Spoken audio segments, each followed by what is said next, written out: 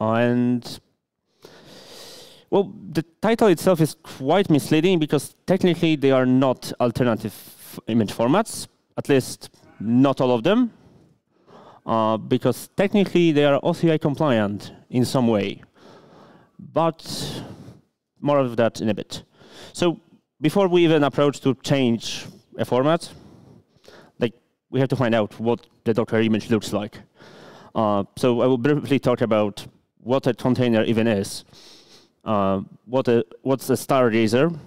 Although technically that's not the correct name because it's E*GZ snapshotter, but stargazer sounds way cooler.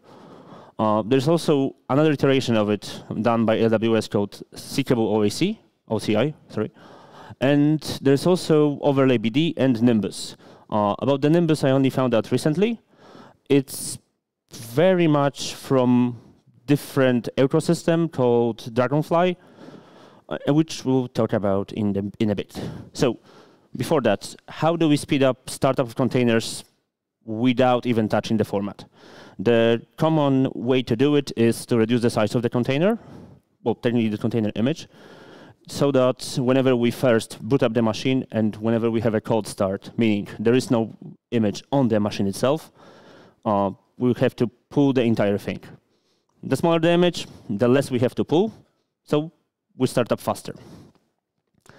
Another way of speeding up is reducing the number of layers, as each layer is stored as tarball. So basically every layer is a tarball with a differentiate with what has changed since the last layer. So the runner has to pull every single layer, unpack it, and then make it runnable through different means. But this point is not so obvious because through cutting layers, we may actually increase the latency. Because what we may cause is that what was previously already stored on the node, now because there is only one bit changed, it has to be re-downloaded, the entire thing, not just the changed bit. So it's I will be very cautious about how do we actually optimize it. It's better to check first and then, well, move along with it. All of this is thanks to the layer sharing that occurs inside of containerd. So it will actually check not if the entire image is present, but if each of its part is present, and only then download the missing one. But unfortunately, it's a waterfall model wherever the next in line depends on the previous one. So if only one changes, the entire branch is invalidated and you have to re-download it. Another way of doing it is to pre-populate your AMI or VM images, if you are in AWS, Azure, or GCP. So if you are using Istio, Envoy, some kind of Fluent D, Fluent Bit, Grafana Alloy, you can just download it onto the VM, then make an image out of it, a VM image, not the Docker image. This allows us to pre-populate it and avoid the cold start. And most recent addition is the parallel image pool, because in the newer version of Kubernetes, you can actually turn on parallel pool. Previously, it was only serialized, so one after the other. Although this option affects your bandwidth, so be careful with that. So before we even change the image format, we can just slim down the image itself. So there's a tool called Slim Toolkit or Minute. Those are two tools that are the same under different names. And what it actually does, it performs dynamic analysis while the container is running. So we start the container, and then we are making probes. So HTTP probe, TCP probe, and we execute some command. And the process actually checks what is being executed and what is being touched. Everything that's untouched is considered unnecessary and not copied over to the final image. Sounds excellent in practice. In reality, it's just a knife or a food gun, which can easily break your application, because if it gets unused, it gets cut. If there is some kind of library that's only used in the forked process of your application, but not the main one, it will get cut because the dynamic analysis may not follow the code path that spawns this thread, and this this process was the only thing that was using the elf. Or there is some weird dependency where you read something from the file you never knew it existed, and it only happens on every second Tuesday of January every 10 years. It will get cut if it's not caught or observed during the dynamic analysis. So I really encourage you to try it. It's not quick and easy fix, but it's something that may miniaturize your containers even more. But there was a study in 2016 where I pulled this quote from. So most of the time, we don't need our images. Like 76% of image is useless. This was in 2016. I would imagine with code generation and with more application, it's close to 80% now. But this was the first example of this approach. Wherever we pull some of the container, we make it start, and then we pull the rest as we need it. So this is the entire premise behind alternative image formats. We just want to download the part that's needed and worry about the rest later, because we want to start our application running as fast as possible. We can bring other dependencies as we go. At least that's the theory. So, but how does the image look like by default? I mentioned that it's just one tarball on top of each another. In reality, it's a tarball which is zipped on top of each other, which causes the compression ratio to be worse, as opposed to let's say if you have only one layer. That's just how the compression works. But the default overlay.fs module in containerd that's responsible for storing works in such a way that every single layer is a different folder, and then we are applying another layer on top of it. So we have our base image, then we apply another layer with what has changed, and so on until we exhaust the pipeline of layers. Then we copy all of it into a new folder and make it writable and track all the differences that the process made. Although that's how containerd works, Docker has its own image store, Docker has its own thing, and you can enable containerd storage when using Docker, but it's not on by default. But if you look into the image itself, it's not actually a binary blob. The image itself is a JSON file, actually one of two JSON files, because it can be an index, so it's an image referencing other images. It's mostly used nowadays for this part, because we are assigning, we're making one image that's assigning images to the platform. Platform in this world is a tuple of OS and architecture. This allows us to have one entry in the repository for each file.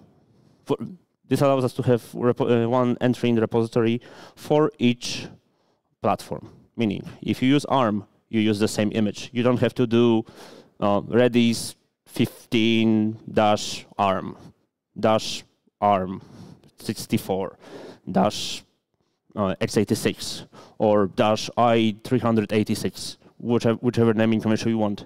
Thanks to this tuple, you can just point, if you are on this, go there. And what's there? Another JSON.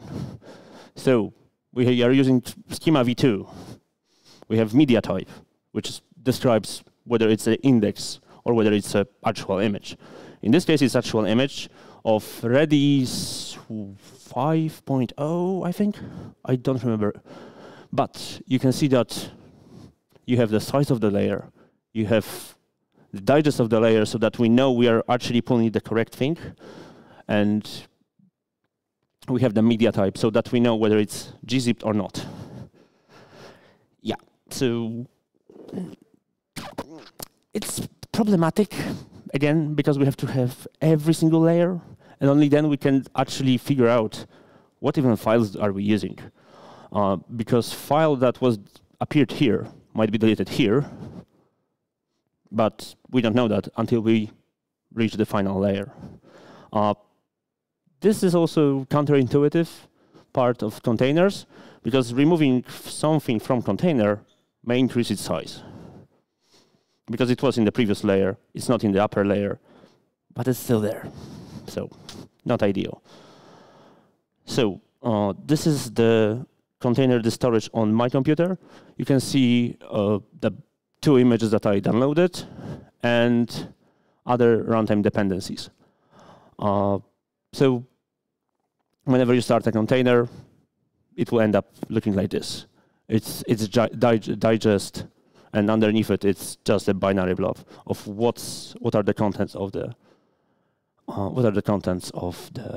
container. So people came up with alternatives to this working but not really efficient model. Those include Stargazer, its iteration by AWS called Sochi, Overlay BD, which was brought to life by Alibaba Cloud, and it also has alternative image format to cooperate between Overlay BD and OCI, called Turbo OCI, because if you add turbo, it's faster, right? And there is one specific format from Dragonfly ecosystem called Nimbus. I found out about Nimbus only recently, but it's looking very interesting. Unfortunately, if you don't know what Dragonfly ecosystem is, you probably won't be using it. Actually, does anybody know what a Dragonfly is? Oh, 2 people. I was afraid that somebody will think about it. No, so not this one. It's basically a way of torrenting images and files in Kubernetes. It's part of CNCF right now, and it has very nice logo of, well, a dragonfly. So eStarGZ is really simple from high level, because it just starts an image in its vanilla form and looks at files that are actually needed, and it looks at the top layer and says, okay, so this file is actually from this layer, and it does this binding, allowing us to start a container, and well, whenever there is any kind of syscall to this file, we know that we have to reach out to this layer, to this part of the binary blob, and we know what to put it. Unfortunately, it's not something you can do on an existing image. You have to convert this image to this new, like, collapsed format. But wherever there is problem, there might be also an opportunity, because this allows us to optimize our image when it comes to access times. So if we are accessing files 1, 2, 3, 4 in this order, we know that we want to download them in this order, which drastically cuts the time we need to start up the application. But there is a caveat. If we need all of the files, we still need to download all of the files. So if you have thought about LLMs, nope. You have to download the entire LLM. Sorry. So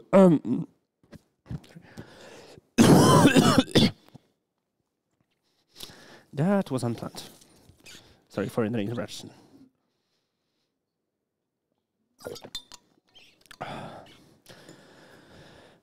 So you have to still download the entire LLM, and the LLMs are huge. So it starts to suck, I guess.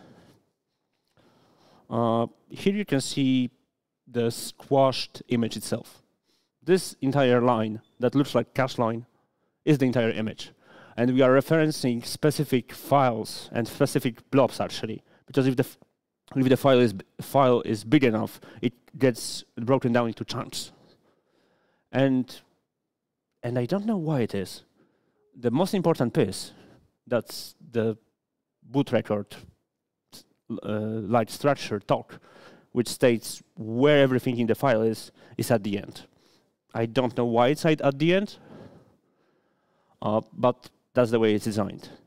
And the important thing is that it's not using gzip. It's using gzip-based format, but the files inside of it are still stickable, which is quite amazing. If it was just one blob that was gzipped, well, sucks to suck. You still have to download the entire thing. And here you can see the performance difference. It's on cold start. I hope you can all see it. So it's GCC, it's Glassfish JDK, well, 4.1, quite old, Python 3.7, and RefingDB. The rightmost one would be OCI. Just download the entire image and run it. So the default one. The middle one is what happens when we just convert the image, but without optimizing it. And, well, the smallest one is after optimization.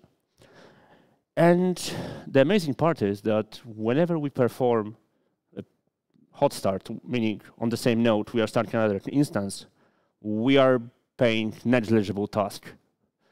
Because if you look here, the black, like very small black line over there, it's the startup time if you have already downloaded the image.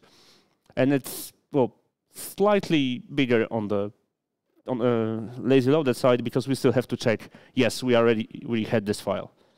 But in reality, it's a negligible cost if you have to scale. Because what this allows you to do, you can be more aggressive when it comes to downscaling. Because you know that if the traffic comes, I can just swiftly adjust to it. So it saves you money, although you have to store two different files if you want to have heterogeneous infrastructure, meaning some of them are running OCI and some of them are running Stargazer. It's not technically correct, but because it's E-star GZ, but it is what it is. Oh, sorry. If you have questions, just ask them as we go. There is a section at the end for questions, but I'm happy to answer them as we go. So this is the AWS iteration. The amazing part about it is that you do not need to modify the image. What this patch does, it creates two separate files, similar to the record we've seen before, but now it's outside of the image, and it's stored in our repository. But there is a caveat here. You need repository to support two APIs, which are part of the OCI standard, but not all of the OCI compliant repositories are actually OCI compliant. For example, Docker Hub is not OCI compliant, so you cannot store a lot of things in Docker Hub. So this is the important bit. You still have the image manifest. It's the same. You just have the index that says this file is here at this offset, and this is using HTTP to pull parts of the binary blob inside of this layer, so that, well, it can pull the images as we go. It doesn't support, however, the optimization part because, well, we are not modifying the image, and we cannot really create an optimized loading order because that would require us to create, as AWS says, it would require us to create this optimized loading order for every single storage, every single image. So they just didn't implement it. I do not have I wasn't able to find out the exact performance difference.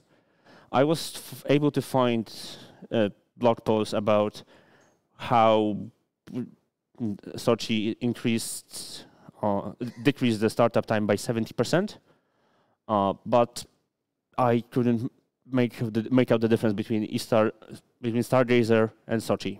It was too little of a difference. So here you can see how it works from containerd perspective, because you can use containerd proxy module, which proxies all the requests to a proxy through gRPC, through TCP. Basically, you just mount a sock into the containerd, and then you have a special piece of code called snapshotter, which is the code that understands this custom format. So in eStarGZ, it was eStarGZ snapshotter, Stargazer. And here it's just Sochi. It sounds way better to say Sochi than SOCI. And here you can see the index. This is stored also in your repository. ECR supports it. GCR doesn't. ECR, so AWS supports it. Azure also supports it. GCP has some problem with it for some reason. It technically supports it, but whenever you try to upload your image, it just says, who the fuck are you? You're not authenticated, even if you are. So I don't know why it is. But they have their own solution, so I don't see how they would be interested in fixing it, just to make something from competition work. And this one is the most complicated. Not complicated in the way it works, but into actually distinguishing what it is. It's a component of a bigger system called DADI. I wasn't in charge of the naming convention, but it is actually called DADI. And this is a quote from Alibaba Cloud. Yeah. It was presented at a conference with the name DADI. It's a distributed something for disaggregated infrastructure. Oh, distributed acceleration for disaggregated infrastructure. So they wanted to make it a DADI. The difference here is that we are not using views. We are not using files. We are using block devices. And this also includes block deduplication. It's basically a whole different thing. The creators of the project think of it as more of a VM-like approach to container images, because in VMs you can do memory deduplication, you can do disk deduplication, and all sorts of stuff. Weirdly enough, they borrowed some of the concepts from VMs being slow and put them on top of containers to make it fast. Kind of ironic, but it is what it is. So this is the only performance metric that I was able to find. So it cuts it by 1/3. This is for WordPress. And I wasn't really able to replicate the DADI mechanism, the performance, because I don't have access to 1,000 hosts. I mean, if you want to sponsor me, I'm open to that. And this is the image from KubeCon, where Microsoft and Alibaba Cloud presented the use of the entire system around overlay BD. This also included peer streaming of the image and, streaming using overlay BD. So this is, here you can see the disk read, the write, and, this is block write and CPU usage. And here it's just how it works by default. You can see that we are basically hammering our disk at the beginning. So if you're using AWS, this is the point where you can see errors appearing in your logs. Because at one point, you will run out of IOPS, not the throughput on AWS, and you will start seeing weird errors about containerd and the run C not being able to start images, because there is no there is no space left on the device. But in actuality, it's lack of file descriptors either, or you're just getting into the 3,000 something default limit on EBS. And by the way, starting a container is actually 5 IOPS operation, because you have to start one container for network you have to use one file descriptor for network isolation, for user isolation, for process isolation, and more recently you can go back in time, because time is now namespaced. So yeah, if I could go back in time, yeah, you can do it. And here comes then, I don't know how to pronounce it. It's supposedly means something in Chinese, but I wasn't able to find the pronunciation or the meaning of it. It's just something to do with the dragonfly. So, nidus? But what is a dragonfly? Dragonfly is, well, it's a torrent for images. If you want to have peer-to-peer communication and file distribution within your cluster, you can use Dragonfly. And this is the basic design of Dragonfly. So you have hash ring, you have the manager. It's a very complicated system onto itself, but I suspect 90% of you will not, will never even need it, unless if you want to do peer sharing of files. So somebody thought, if we are sharing files, we might as well share images, right? Because me reaching out to Docker Hub takes longer than me reaching out to my peer that's next to me. And in most cases, it's actually cheaper, because I'm just communicating over my VPC. I'm not communicating out to the internet and then downloading. So it's cheaper. We want things to be free. Free is the fair price. But this is the actual design of the N-word, the NIDUS. So you have to fully commit to it. It's not something you can host from ECR. It's something you have to host within your cluster in this specific service. You also have few components that allow you to, and I quote, nudify your images, because it's their own custom format. But it quickly makes this Dragonfly a single point of failure, because if it's the only way we can deliver images, well, if it goes down, we also go down. It's not as bad as it sounds. We are only limited in cases whenever we want to scale up or scale out, or scale down, because whenever we want to scale down, we have to evict this VM and make image available to a different one. So we are basically putting a freeze on our environment. It may be good, it may be bad, but either way, it shouldn't occur. So those are the benchmarks that the N-word performed, the NIDUS. But this TensorFlow is a very nice one, because LLM, AI and machine learning are known for having huge images, and then only using some parts of the model. Also, this puts this puts pressure on startup probe, because if you don't let the application to start up properly, and then you allow traffic onto it, you may start getting timeouts just because your users are expecting a reply, while there is some chunk that's getting pulled in the background. So your mileage may vary.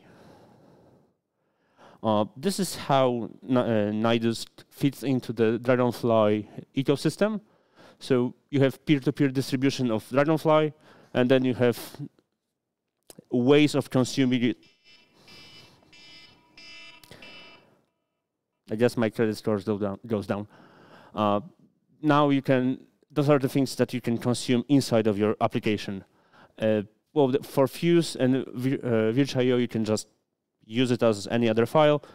I don't know if there is some kind of S3 compatible API that allows you to consume files from Dragonfly, but it's a blob just like any other. So those are the components of Nidus. The Nidus D is the daemon. You have the image store and the image creator and CLIs. There is some way to, well, there is a way to configure Dragonfly and Nimbus so that you reach out to it and then it pulls from Docker Hub and modifies the image on the fly. Well, it's a Dragonfly and it does it on the fly.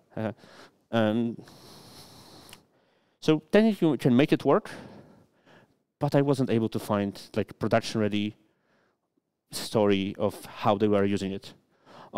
It is, I'm pretty sure it is used in production somewhere because it was internal product, open sourced. But this leads us to another thing. Where do we actually store it?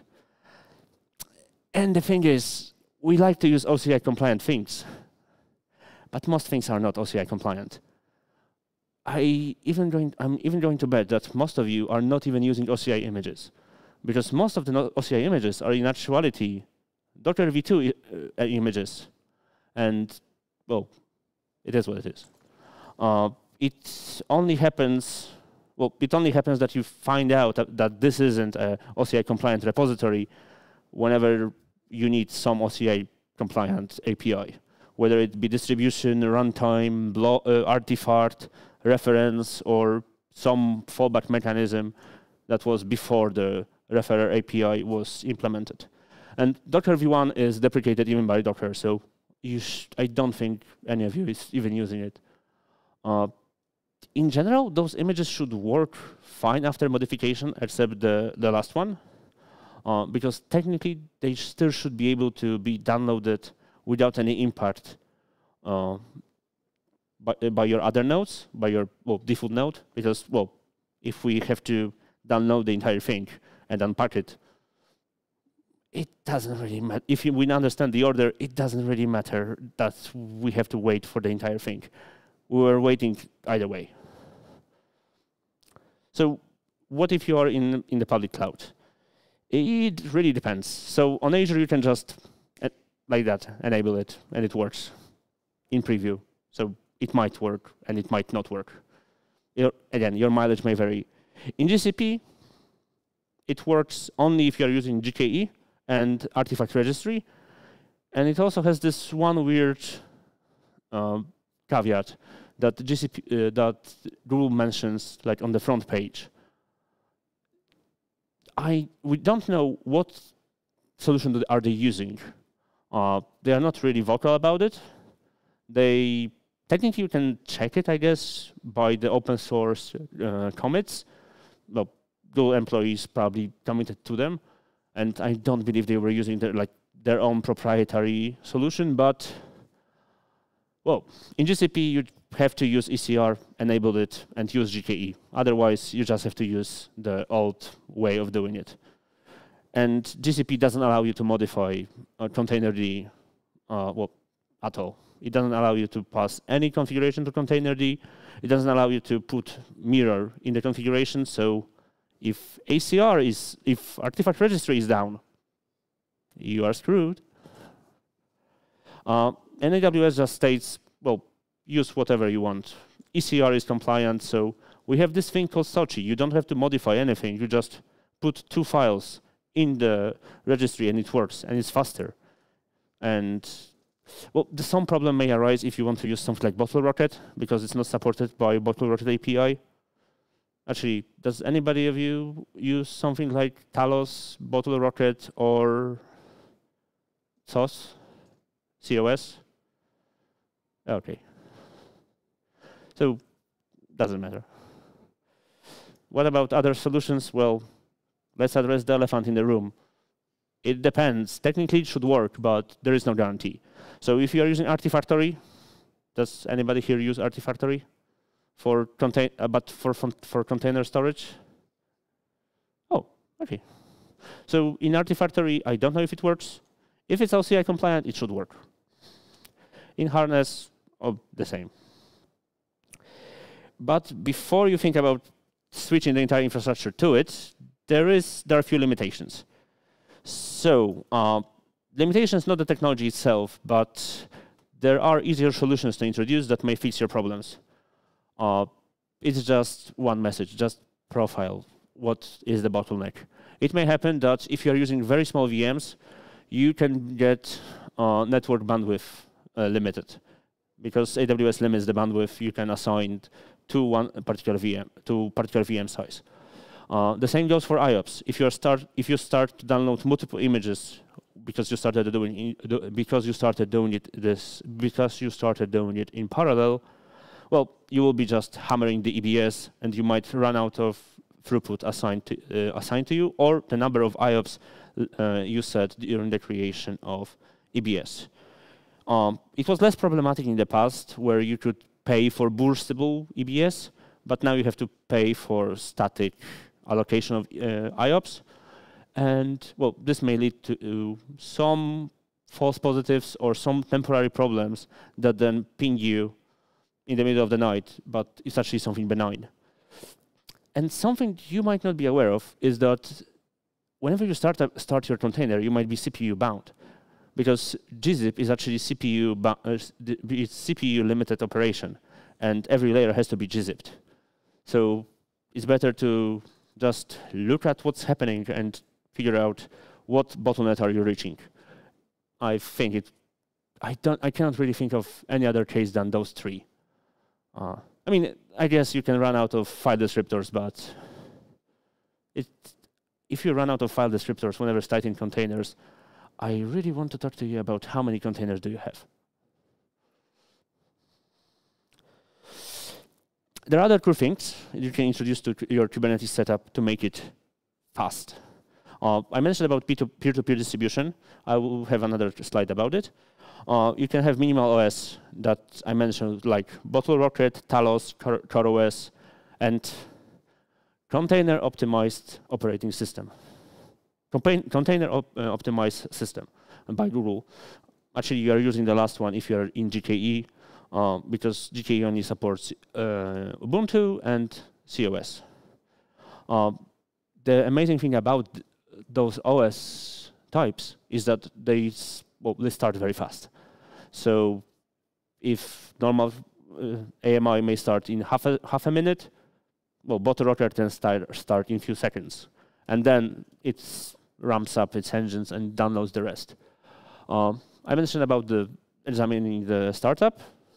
The amazing part is that if you have profiling enabled, meaning you record the disk pressure, you have PSI API, which states whether the Linux system thinks it's about to get overloaded. It's pressure, I don't remember what PSI stands for. It's pressure system indicator, maybe, but something about it.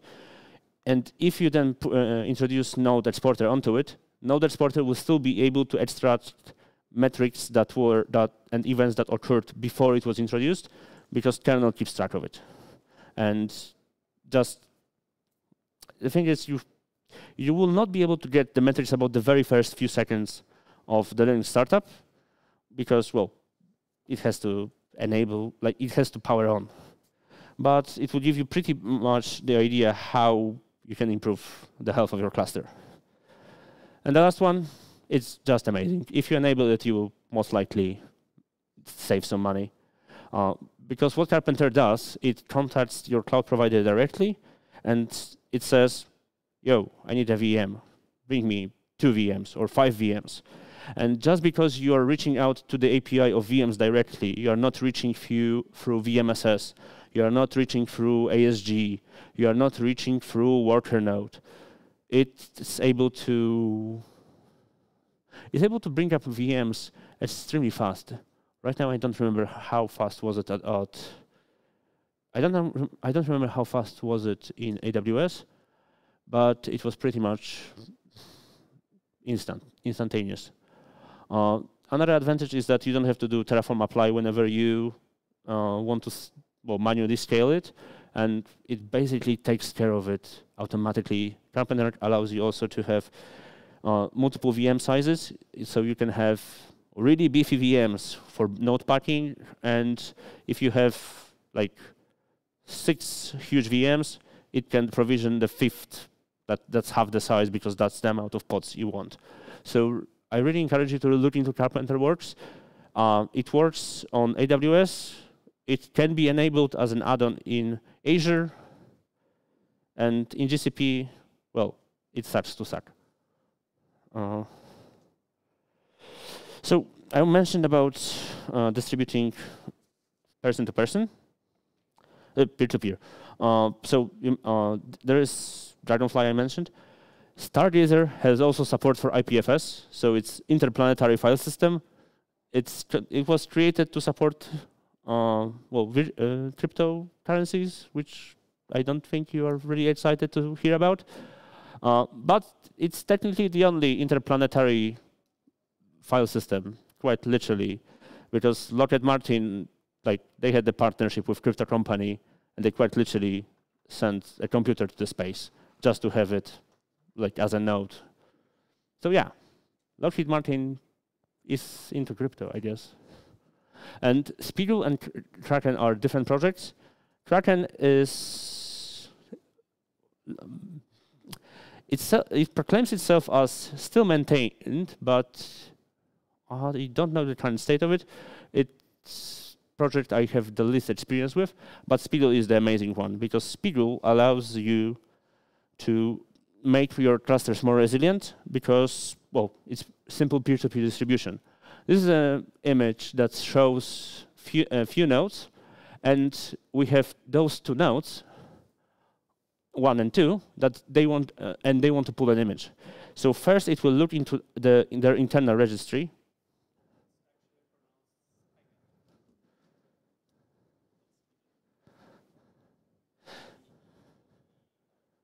So why the G then? Okay, anyways. I'm really glad, but I have more questions than I had before. Anyway. I guess. So, but the amazing part is that this will make your clusters more resilient because in case of the remote repository being down, it will try to live off the land as long as there is any image of this version present in the cluster. Well, technically it's not an image, it's just a layer. If there is any layer available in this ring, it will try to pull from that particular node, and each of the nodes keeps track of the map. It's not the image itself is not duplicated because, it's just uses containerd as its storage. And for this to work, you have to have access to containerd's config, and you have to just add a mirror because it functions as a mirror repository.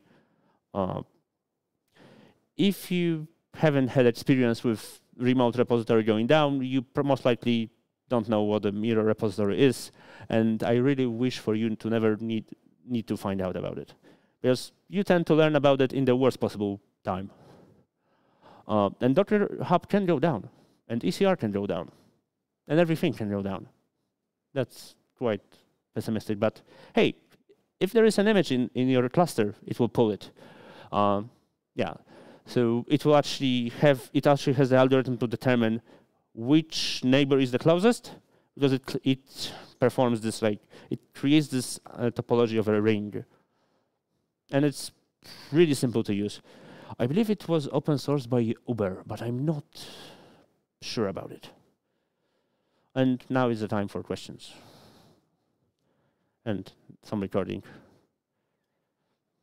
And it was perfect on time. Yeah. Okay, so thank you for your talk. And